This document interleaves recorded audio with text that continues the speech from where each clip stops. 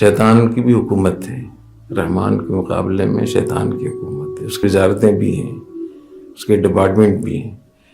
جب آپس میں لڑائیاں ہوتی ہیں، میاں بیوی کی لڑائی ہوتی ہے، یا گھروں میں لڑائیاں ہوتی ہیں، یا مدرسوں میں، کاروبار میں، تو شیطان کی حکومت پوری فعال ہو جاتی ہے۔ وہاں پھر غیبت بھی ہوتی ہے، بہتان بھی ہوتا ہے، ایک دوسرے کو نقصان پہنچانے کی کوشش بھی ہوتی ہے، اور دوسرے کے کینہ بھی پیدا ہو جاتا ہے، حسد بھی پیدا ہو جاتا ہے، اور پھر اس کی ترقی سے تکلیف ہوتی ہے، نقصان سے خوشی ہوتی ہے، اور ہر وقت آدمی اس کے نیچے دکھانے میں لگا رہتا ہے۔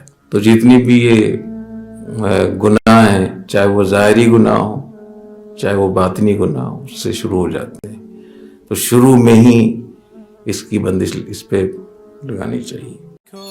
سوشل میڈیا پر سب سے قدیم اور سب سے ریلائبل برانڈ درسقرآن.com